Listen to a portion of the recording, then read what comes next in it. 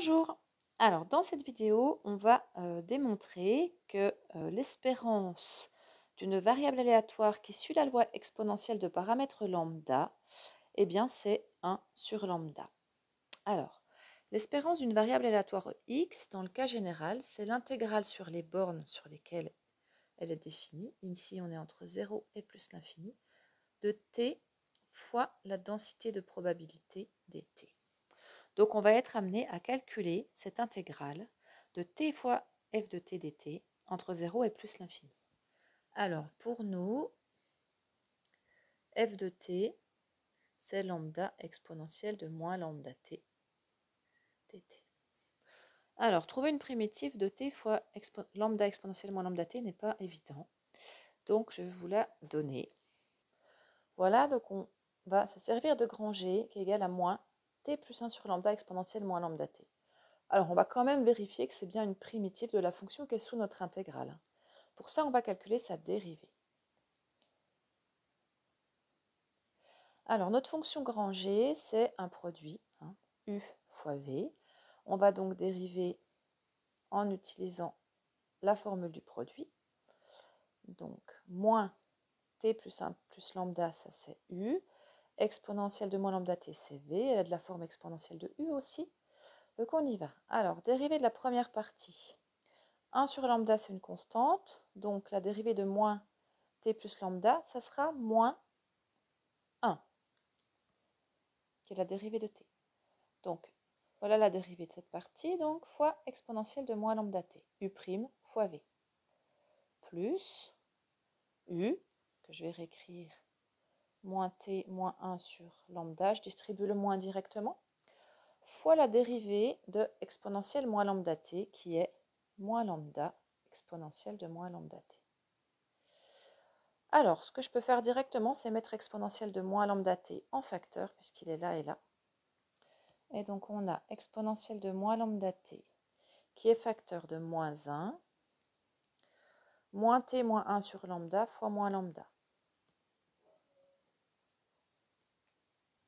Voilà, et on va distribuer ici, donc moins t fois moins lambda, ça va faire lambda t, et moins 1 sur lambda fois moins lambda, ça va faire plus 1.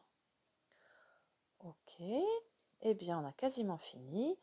Moins 1 plus 1, ça fait 0, il nous restera donc lambda fois t fois notre exponentielle.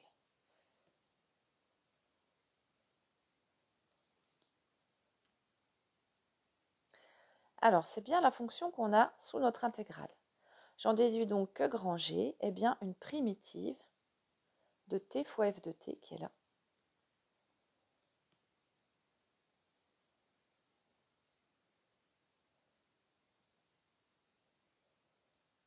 On va dire petit g, t fois lambda exponentielle de moins lambda t. Et bien pour calculer notre intégrale, cette fois, on ne va pas avoir trop de mal, mais on a ce plus l'infini là qui va un petit peu nous embêter. Donc comme d'habitude, on va déjà calculer l'intégrale entre 0 et x, et on passera à la limite après. Donc de t fois lambda exponentielle moins lambda t. Donc notre intégrale, ça va être grand G de x moins grand G de 0. Et on remplace. Alors, grand G de x, ça va donc être moins x plus 1 sur lambda exponentielle moins lambda x, moins grand G de 0, pareil en 0, donc moins moins plus. Grand G de 0, 0 plus 1 sur lambda exponentielle de 0. Et on y va, on regroupe les choses et on finit le calcul. Donc, moins x plus 1 sur lambda exponentielle moins lambda x, plus 1 sur lambda, fois exponentielle de 0 qui fait 1, donc le voilà. Ok, ben reste à trouver maintenant la limite quand x tend vers plus l'infini. Alors, quand x tend vers plus l'infini, qu'est-ce qui se passe pour notre expression? Eh bien, on va développer cette partie-là, sinon on va se retrouver avec une forme indéterminée.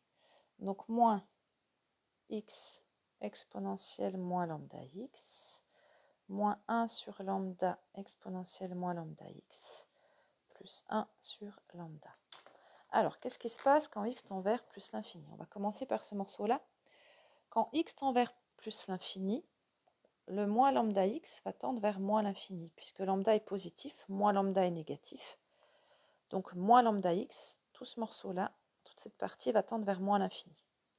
Donc à l'intérieur ici, ça va tendre vers moins l'infini. On se retrouve donc avec une exponentielle en moins l'infini, on sait que ça tend vers 0. Donc cette partie-là, 1 sur lambda fois quelque chose qui tend vers 0, hein, c'est une constante, ça va tendre vers 0. Alors ici, on a du x fois une exponentielle en moins l'infini, et en fait, tout ça va tendre vers 0. C'est l'exponentielle qui l'emporte, hein, c'est une décroissance comparée qu'on a vue. Donc x exponentielle de moins lambda x va tendre vers 0 quand x tend vers plus l'infini. Et donc, en fait, toute la partie qui est ici va tendre vers 0. Et notre fonction va bien tendre vers 1 sur lambda qui est notre limite. Alors, on peut en déduire, du coup, que la limite de l'intégrale entre 0 et x de t fois f de t dt, c'est 1 sur lambda. Ce qui veut dire que notre intégrale entre 0 et plus l'infini de cette fonction, c'est bien 1 sur lambda, qui est donc notre espérance. Voilà, c'est terminé pour cette démonstration.